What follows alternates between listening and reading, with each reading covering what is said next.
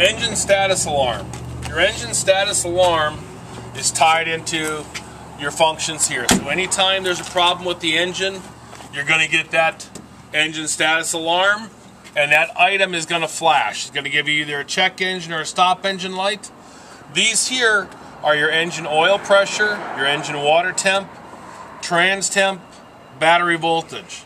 These are going to be at different levels of green or red.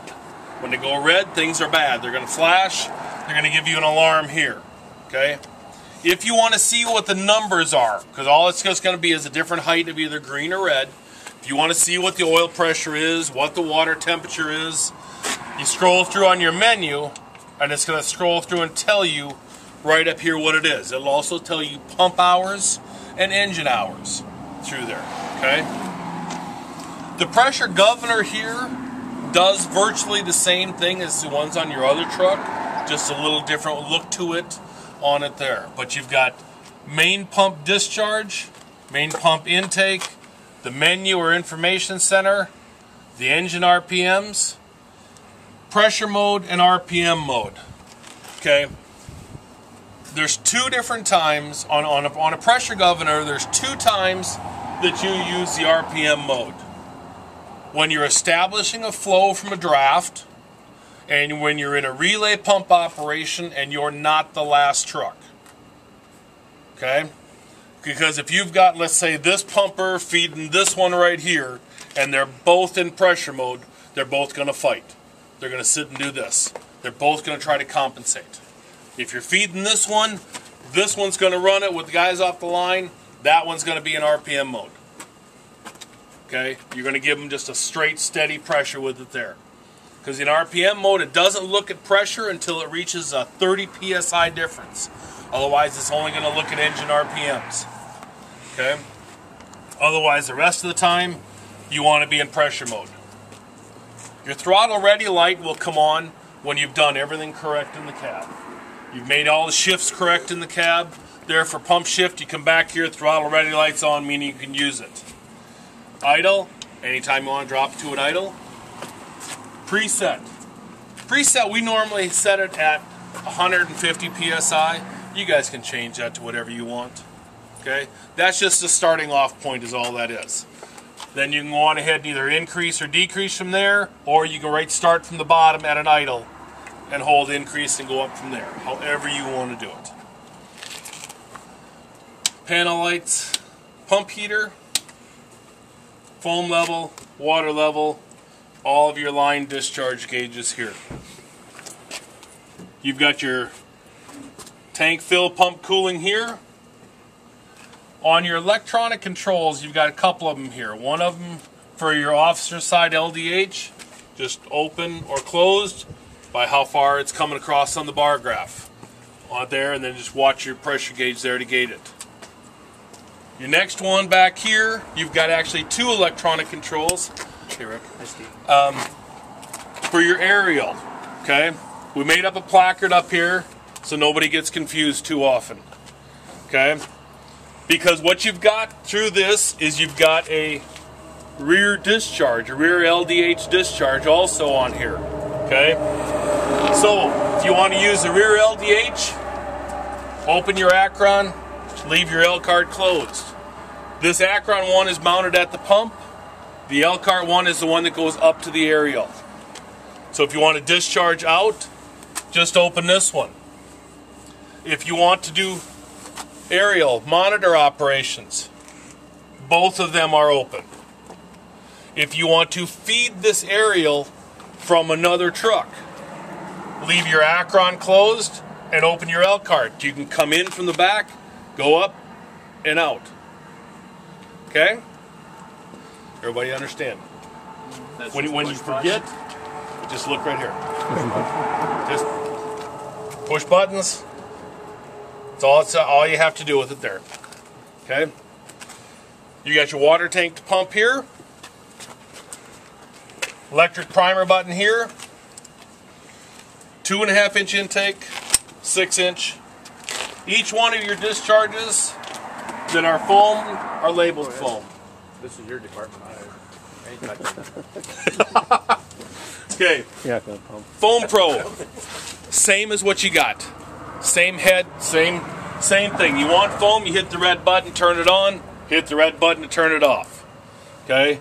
Your select button will bring it across to show you what you've done for your flow, total flow, foam percentage, and total foam flowed, same as your other ones.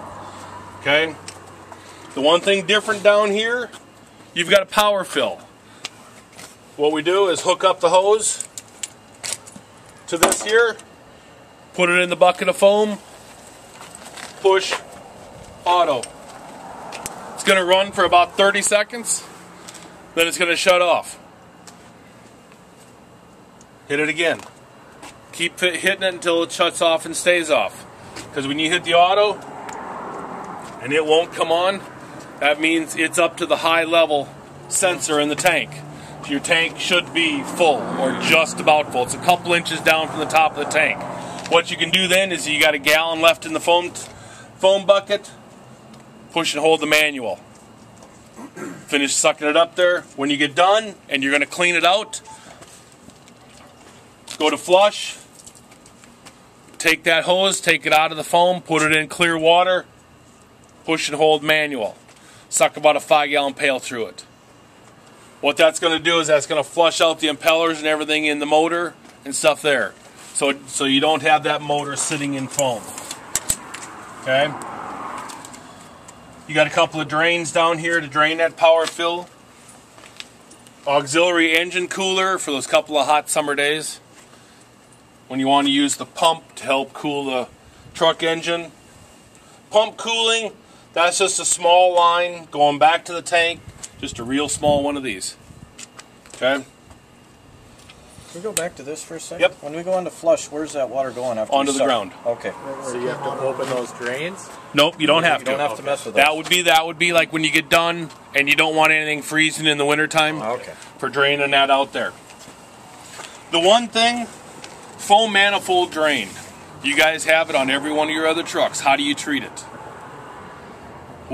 How do you do anything with it normally or no? Okay, the reason I asked that question is what you've got on each one of your what's that? It's only when we have trouble. Yep, okay. Well, how you treat this foam system, just like you should on any of your other trucks with the Foam Pro, is when you're flowing foam, let's say you're flowing foam out of your front bumper, your rear cross lane, your front bumper. You're flowing foam, you get done, you turn your foam off, you run until it's clean, okay? Close it off. You go to shut down the truck and everything. Last thing you want to do is open that foam manifold drain, because that gets all the foam manifold drained out through that point there. Any residual foam left in the system is going to come out there.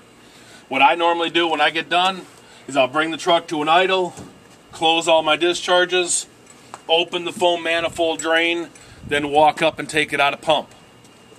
That means that's all getting flushed out and cleaned. Okay? Let's say you are operating the pump water only out of your aerial. You get done, you have not flowed any foam, you've just flowed water from this pump out this aerial, and when you get done, do you want to do anything with this foam manifold drain? Sure you do. Because between that manifold and the pump, there's a check valve before each one of these discharges, the same as on these other trucks.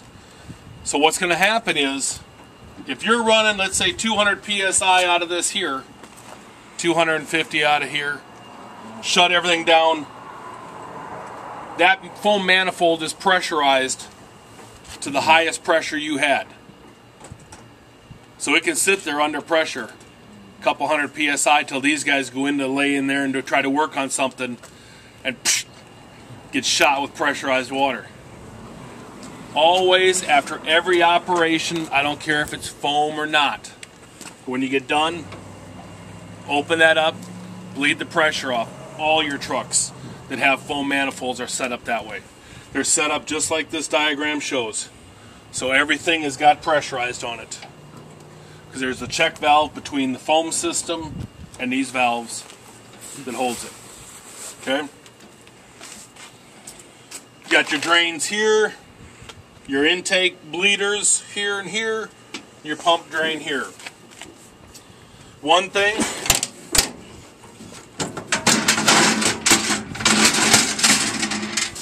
whenever this is in the air, the pump operator is on this. Because you don't want to be the one standing on the ground running this thing when that guy doesn't see that power line and you're the ground. It'll kill you as a pump operator. That's what the platform's for. So you're not the ground circuit.